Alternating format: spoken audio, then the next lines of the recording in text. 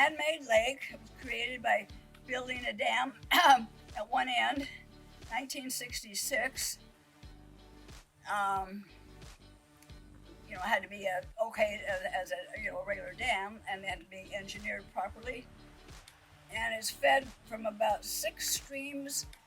A lot of water comes from Cranberry Lake. It's just amazing to me that group of men are in Seattle able to come up with this vision and this size of property, and they would have to buy. And I think it was kind of swampy to begin with. I'm pretty sure.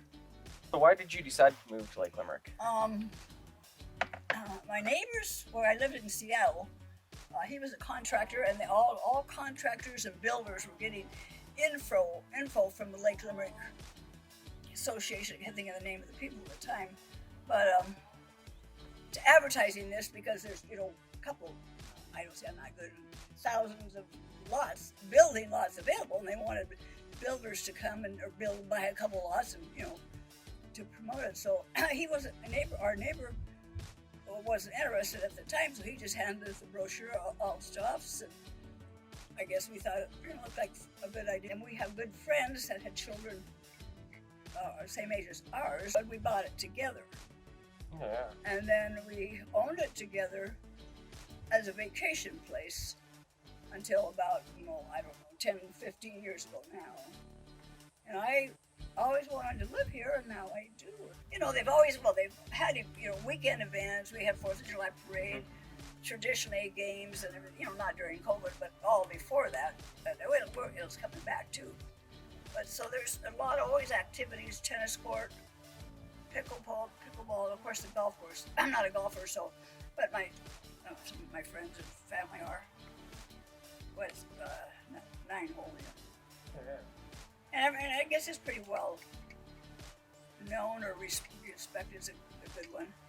And the county owns the roads throughout this place, so they maintain those. So we don't have that. We have our own water system, which is very good, very excellent ratings. Did you say that the lake made a community? Well, yes, it immediately made a community. There's some people, a lot of weekenders, of course, to begin with. We actually built our cabin the following year, but a lot of people camp for years, and they still do if they want to.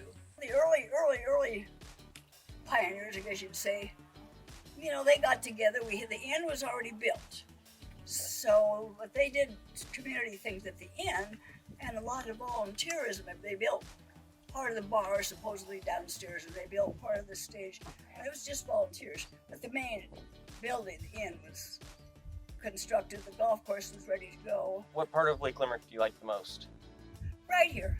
And it just turns out to be a wonderful. Neighbors help neighbors. I mean, all the time. My neighbors help me. Yesterday,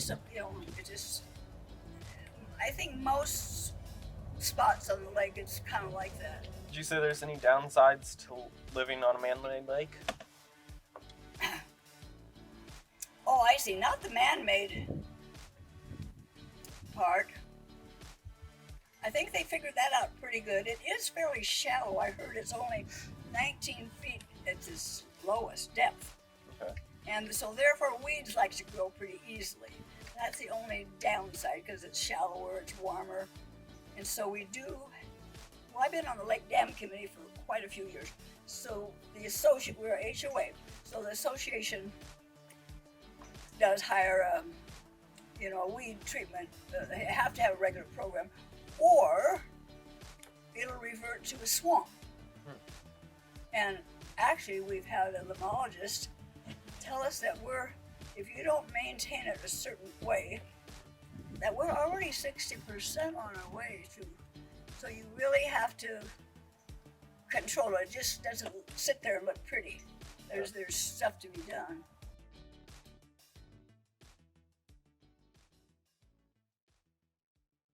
That's what amazes me.